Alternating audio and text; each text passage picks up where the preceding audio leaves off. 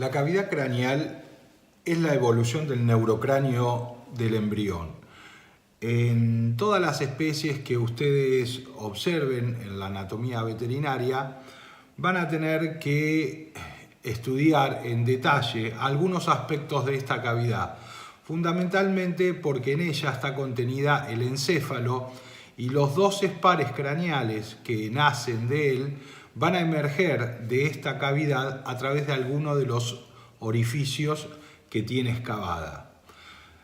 En líneas generales podemos hablar de una y aplicar estos conocimientos para todas las especies, aunque sabemos que hay diferencias sustanciales.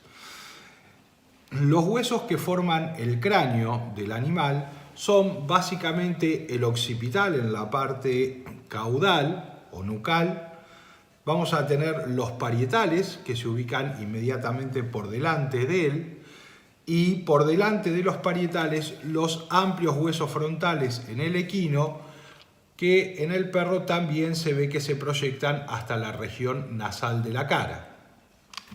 La parte lateral de la cavidad está formada fundamentalmente por el hueso temporal.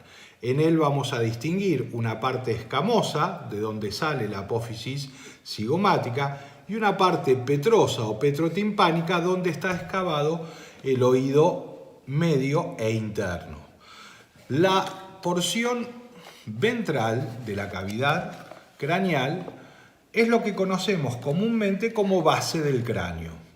La base del cráneo va a formar el piso de la cavidad craneal y está formada fundamentalmente por la parte basilar del hueso occipital, el hueso basiefenoides, el hueso preefenoides, que se termina articulando con el hueso palatino.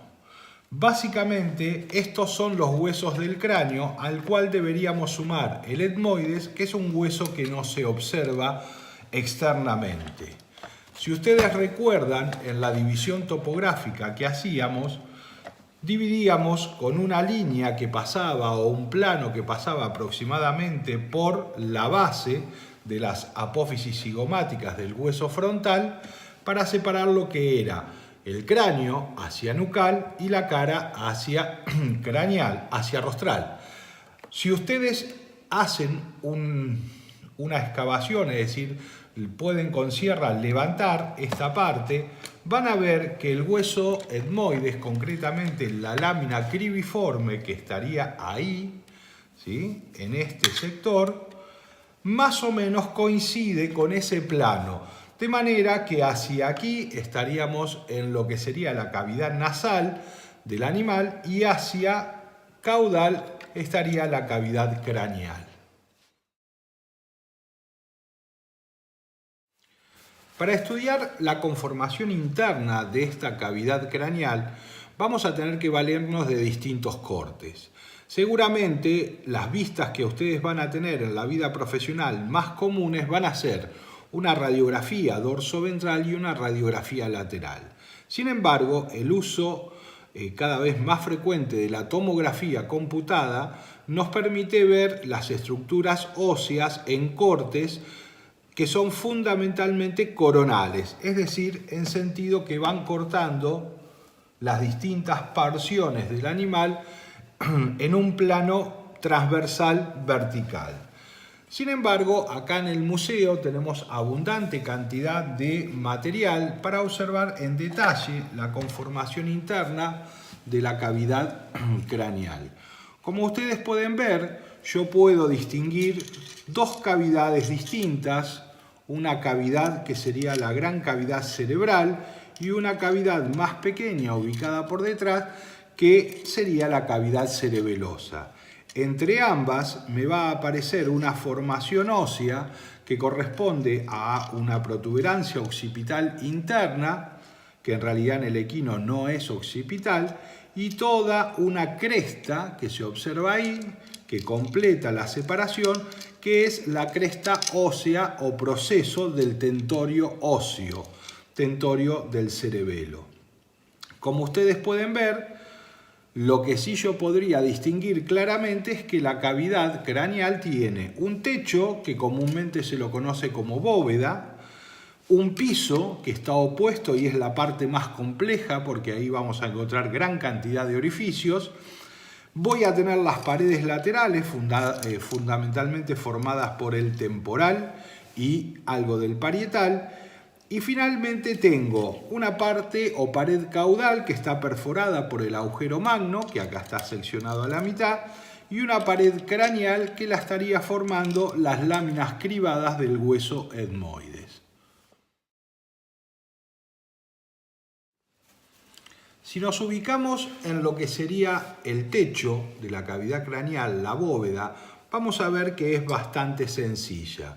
Hacia adelante voy a tener el punto donde se unen con la lámina cribada del etmoides y en lo que sería la mayor parte del techo aparece una pequeña cresta, ¿sí?, parietal interna, que en el equino no es muy manifiesta. Esta cresta termina en esta protuberancia occipital interna que continúa hacia ambos lados con este proceso del tentorio óseo, ¿sí? Por detrás aparecería el techo que nos aloja el cerebelo. Si ustedes pueden ver, en la parte central hay como una fosa que es donde se aloja el vermis del cerebelo. En las paredes laterales es importante recordar que si bien la mayor parte está formada por la porción escamosa del temporal, un poco del parietal y el efenoides, voy a tener que la porción petrotimpánica del temporal también forma una porción importante. Y ahí, justamente en esa superficie, voy a observar un orificio que a su vez está subdividido en 4 pequeñas fosas. Todo esto es para pasaje nervioso. Aquí voy a tener esto que en conjunto llamamos meato acústico interno. Ese meato acústico interno es el punto por donde emergen las fibras del nervio facial y ingresan a la cavidad craneal las fibras del vestíbulo coclear que corresponden al séptimo y octavo par respectivamente. Es decir, este orificio que se observa acá, el meato acústico interno, me da ingreso al oído medio, al oído interno por un lado y al canal facial por otro lado. El piso de la cavidad craneal es complejo. Está formado básicamente por la porción basilar del occipital, el basiefenoides y el preefenoides. Si nosotros nos ubicamos en la parte central de este piso, es decir, próximos al plano mediano, vamos a observar que está conformado en 3 escalones. Una fosa caudal, donde apoya la médula oblongada y el puente, y que conforma la superficie endocraniana de la porción basilar del occipital. Una fosa media que está excavada sobre la cara endocraniana del basiefenoides con una depresión central para que apoye la hipófisis, denominada fosa hipofisiaria, rodeada o contenida en una depresión cuadrangular que es lo que se conoce como silla turca. Evidentemente, esta porción da apoyo a la parte basal del hipotálamo. Finalmente aparece una tercera y más elevada fosa, casi en la parte rostral, que corresponde a el cuerpo del preefenoides, donde se observa toda una apertura en forma alargada, que es la foseta o fosa para el quiasma de los nervios ópticos, ya que aquí convergen los 2 conductos ópticos que dan paso al nervio óptico que trae la información de la retina. Finalmente voy a ver en la parte central una lámina que se une al preefenoides y que corresponde a la terminación de la lámina perpendicular del etmoides. Esta proyección en forma de cresta es lo que se denomina crista galli o cresta de gallo. A ambos lados aparecen las dos láminas cribiformes o cribadas del hueso etmoides que me están separando la cavidad craneal de la cavidad nasal. Si ustedes se ubican un poquito más arriba, esto corresponde a la lámina interna del hueso frontal y por lo tanto aquí estoy en el interior del seno frontal del equino.